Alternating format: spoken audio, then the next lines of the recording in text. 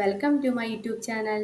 ഇന്ന് ഞാനിവിടെ കുക്ക് ചെയ്യാൻ പോകുന്നത് പനീർ മസാലയാണ്. അതിനായി 150 ഗ്രാം പനീറാണ് ഞാനിവിടെ എടുത്തേക്കുന്നത്. അത് ചെറിയ ക്യൂബ്സായി കട്ട് ചെയ്ത് വെച്ചിട്ടുണ്ട്.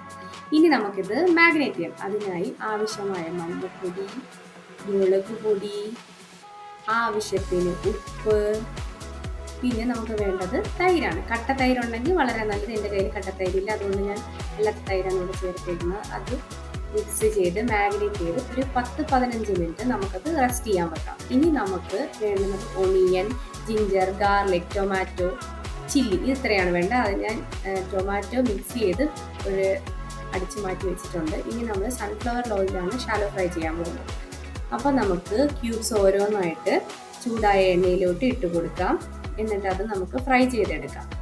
അത് ഒരു 5 മിനിറ്റോളം നമുക്ക് ഈ ക്യൂബ്സ് ഫ്രൈ ചെയ്ത് ഇതിന് ശേഷമാണ് നമ്മൾ മസാല റെഡിയാക്കാൻ പോകുന്നത്. അപ്പോൾ ഇത് നമ്മൾ ആദ്യം ക്യൂബ്സ് ഇട്ടിട്ട് ജസ്റ്റ് ഒന്ന് മറിച്ചിട്ട് കൊടുക്കാം. മറിച്ചിട്ട് കൊടുത്തതിന് ശേഷം 5 മിനിറ്റ് കഴിഞ്ഞാൽ അത് കോരി മാറ്റി വെക്കാം. ഇനി നമുക്ക് ആ എണ്ണയിൽ തന്നെ നമുക്ക് ജിഞ്ചർ, ഗാർലിക് ഇട്ടൊന്ന് സോട്ട് ചെയ്യാം.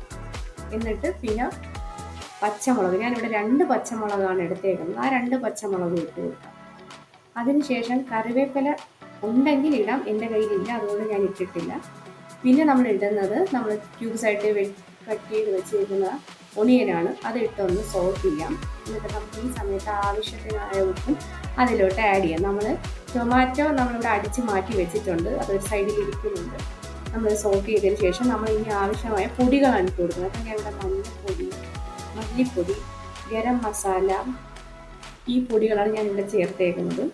ആ പൊടികളെല്ലാം ആവശ്യത്തിന് ചേർത്തിട്ട് നമ്മൾ ജസ്റ്റ് ഒന്ന് ആ പച്ചമണമാകുന്നത് വരെ ഇളക്കി കൊടുക്കുക. അതിനുശേഷം നമ്മൾ അടിച്ച് വെച്ച ടൊമാറ്റോ ഇതിലോട്ട് ആഡ് ചെയ്ത് കൊടുത്ത് ഒന്ന് ജസ്റ്റ് ഒന്ന് ഇളക്കി കൊടുക്കുക. എന്നിട്ട് ഒരു 2 സ്പൂൺ ചൂടുവെള്ളം നമ്മൾ ആ ജാറിലോട്ട് ഒഴിച്ച് കഴുകി വെച്ചിട്ടുണ്ട്. അത് ഞാൻ ലാസ്റ്റിലോട്ട് ചേർത്ത് കൊടുക്കുന്നുണ്ട്. ഇപ്പം നമ്മൾ ആ ഫ്രൈ ചെയ്ത് വെച്ച പനീറാണ് ഇതിലോട്ട് മിക്സ് ചെയ്ത് കൊടുത്തത്. അതിനുശേഷം ഞാൻ പറഞ്ഞ 2 സ്പൂൺ വെള്ളവും ഞാൻ ഇതിലോട്ട് ആഡ് ചെയ്ത് കൊടുത്തിട്ടുണ്ട്. ഇതെല്ലാം കൂടെ മിക്സ് ചെയ്ത് ഒരു 5 മിനിറ്റ് നമുക്ക് ഈ കറി ഒന്ന് ചൂടാവുന്നത് വയ്ക്കാം. അതിന് ശേഷം ഞാനിവിടെ ചേർക്കുന്ന കസൂരി മീറ്റിയാണ്. അത് ഒന്ന് കയ്യിലെടുത്ത് ഒന്ന് കശക്കിയിട്ട് അതും ആഡ് ചെയ്ത് കൊടുക്കാം. മല്ലിയില ഉണ്ടെങ്കിൽ അതും കൂടെ ഇട്ട് കൊടുത്താൽ നമ്മളെ കറി സൂപ്പറായിട്ടുണ്ട്. എല്ലാവരും ഒന്ന് ട്രൈ ചെയ്ത് നോക്കുക. സബ്സ്ക്രൈബ് ചെയ്യുക.